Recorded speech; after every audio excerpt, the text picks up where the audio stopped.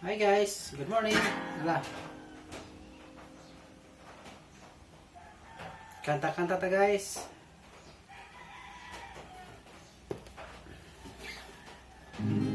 Mabugnaw ang kabuntagon.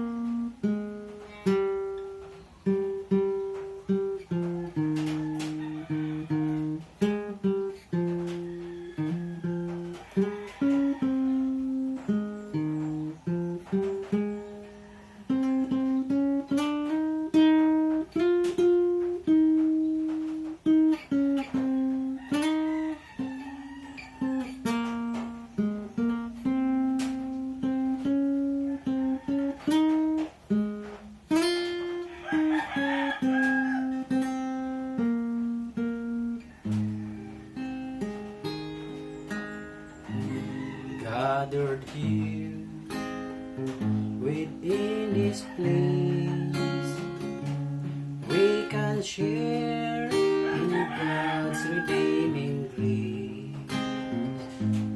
There's no room for doubt or fear. We can feel His presence here as we face its passing day. We will serve and honor and obey. And if hope should start today, we will know our trust is in Him, and we will keep our faith alive. God will always be our guide. Through the darkness night, we will see God's light. We will keep our faith alive.